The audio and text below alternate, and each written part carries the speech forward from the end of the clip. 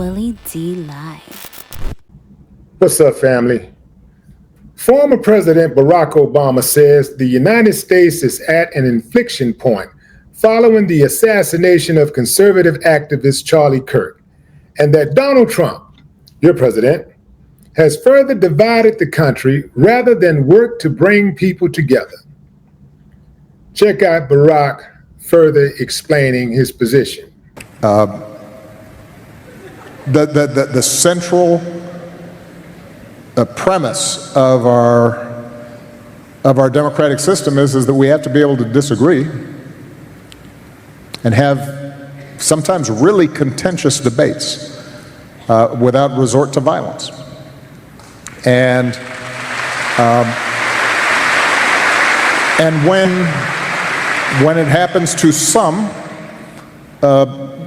but even if you think they're quote unquote on the other side of the argument, that's a threat to all of us.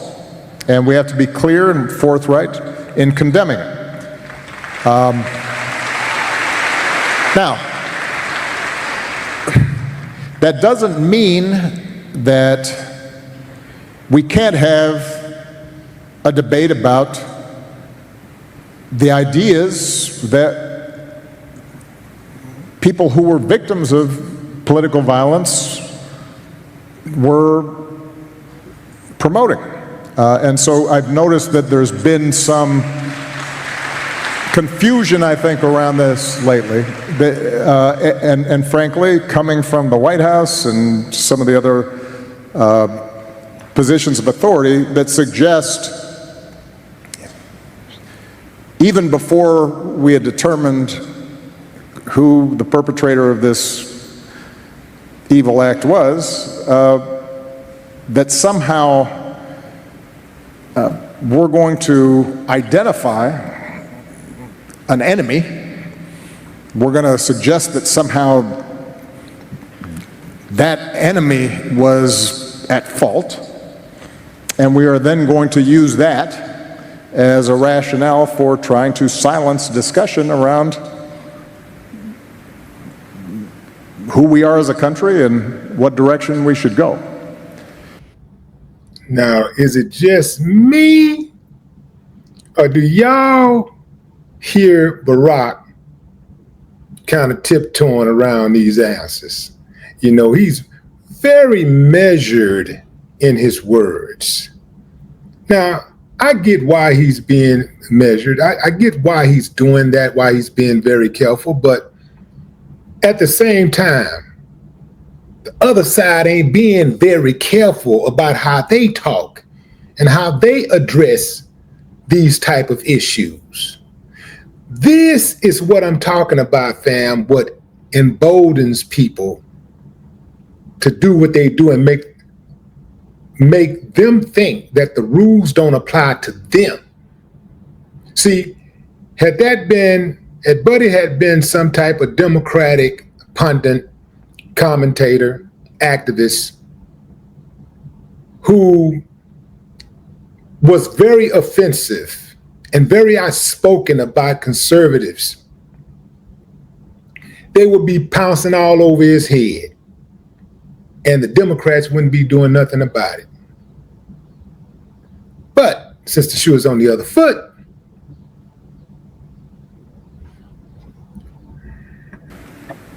and that's a mistake as well. And so, look, obviously I didn't know Charlie Kirk. I was generally aware of some of his ideas. I think those ideas were wrong.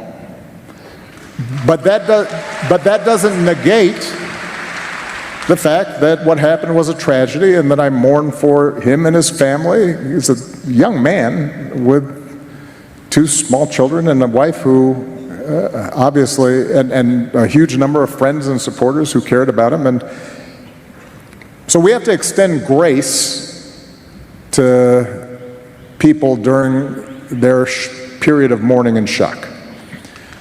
We can also, at the same time, say that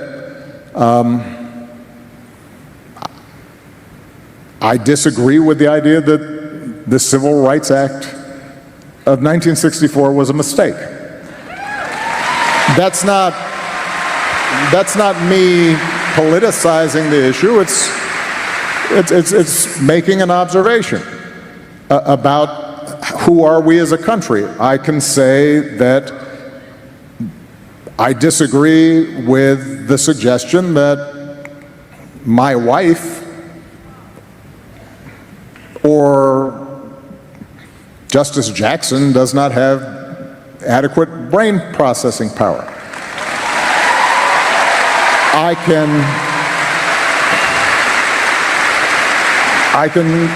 can say that I disagree that Martin Luther King was awful. I can disagree with some of the broader suggestions of that liberals and Democrats are promoting a conspiracy to displace whites and replace them. Let me just say, fam, right quick, that Barack is absolutely right, but it's just extremely painful for me to hear him measure his words so carefully when he's never done that before. I mean, never, ever, ever has he done that before. He's never spoken like that before. But he has to be very careful because you do have loonies out there and they're hanging on his every word and they're hoping he slip up and say anything to give them an excuse to go after somebody who they believe should not be allowed to breathe. And the trip part about it is he ain't exempt and he knows it. By ushering in illegal immigrants, those are all topics that we have to be able to discuss honestly and forthrightly, while we still insist that in that process of debate, we respect other people's right to say things that we profoundly disagree with. That's how we should approach this. Now, the last point I'll make on this, or building on a point I made earlier,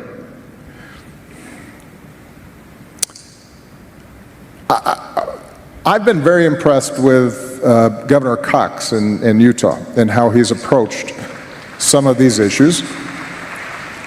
I suspect Governor Cox and I disagree on a whole bunch of stuff. He is a Republican, a self-professed conservative Republican, but in his response to this tragedy, as well as his history of how he engages with people who are political adversaries, he has shown, I think, that it is possible for us to disagree while abiding by a basic code of how we should engage in public debate. I think your own governor here, Josh Shapiro, has done the same thing. When I was president, in the aftermath of tragedies, when Dylan Roof went into a black church and, based on his own words,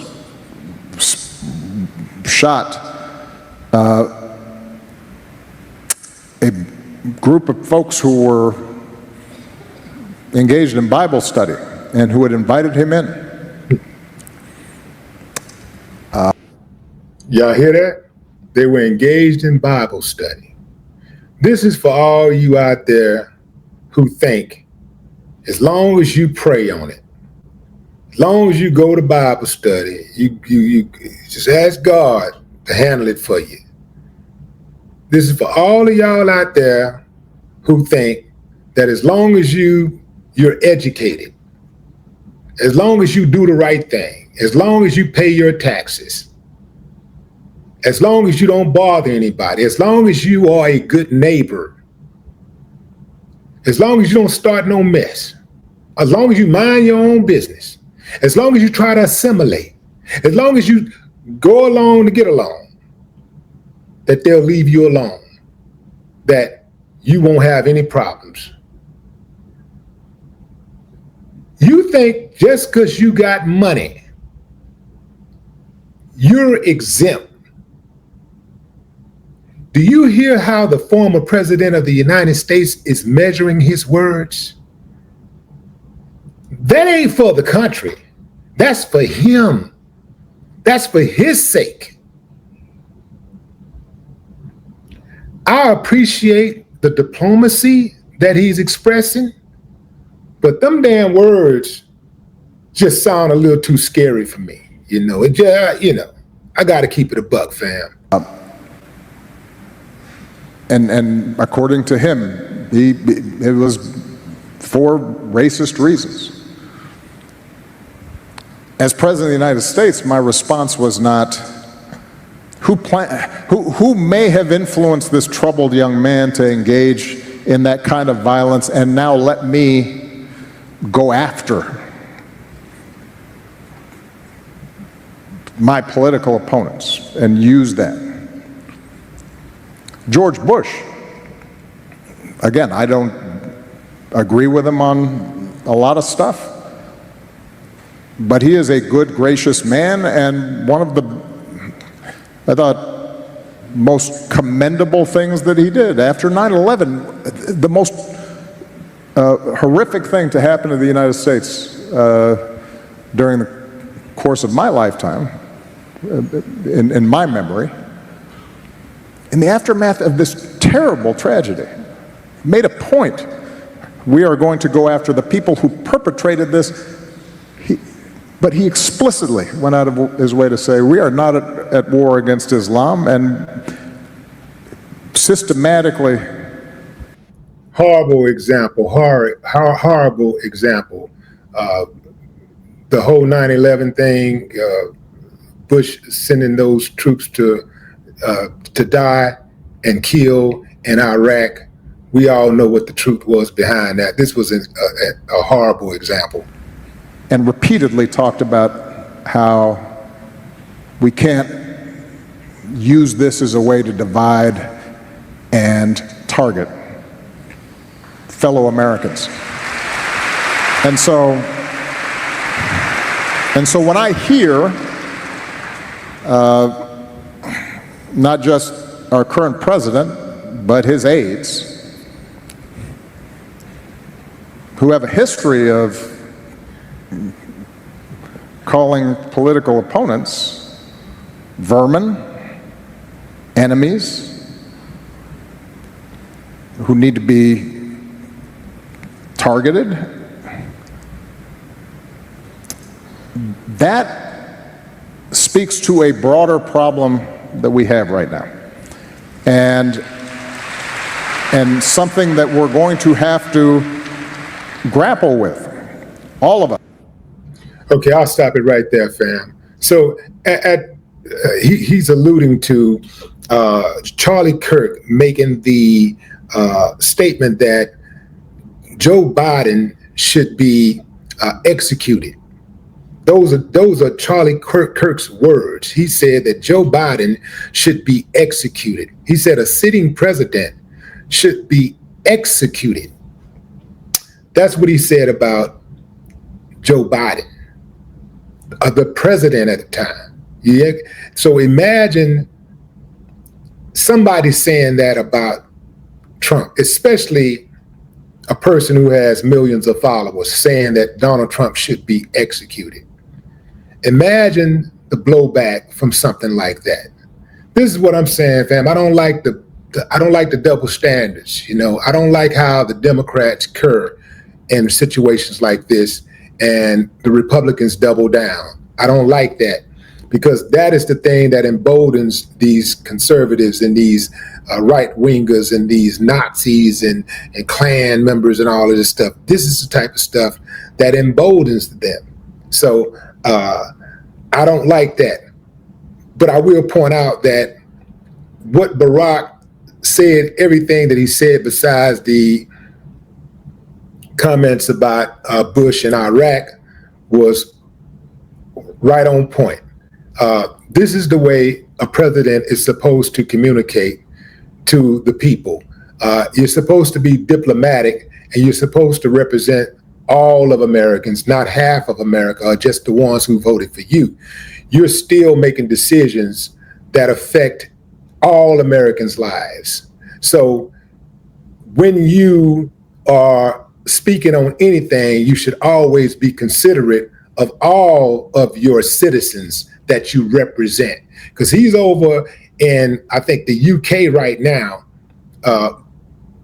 Trump is over in the UK right now having discussions, and those discussions are relative to what goes on in America and how these conversations that they're having, these business conversations that they're having, are going to affect America. And that means all of America, not some, not just the ones who voted for him.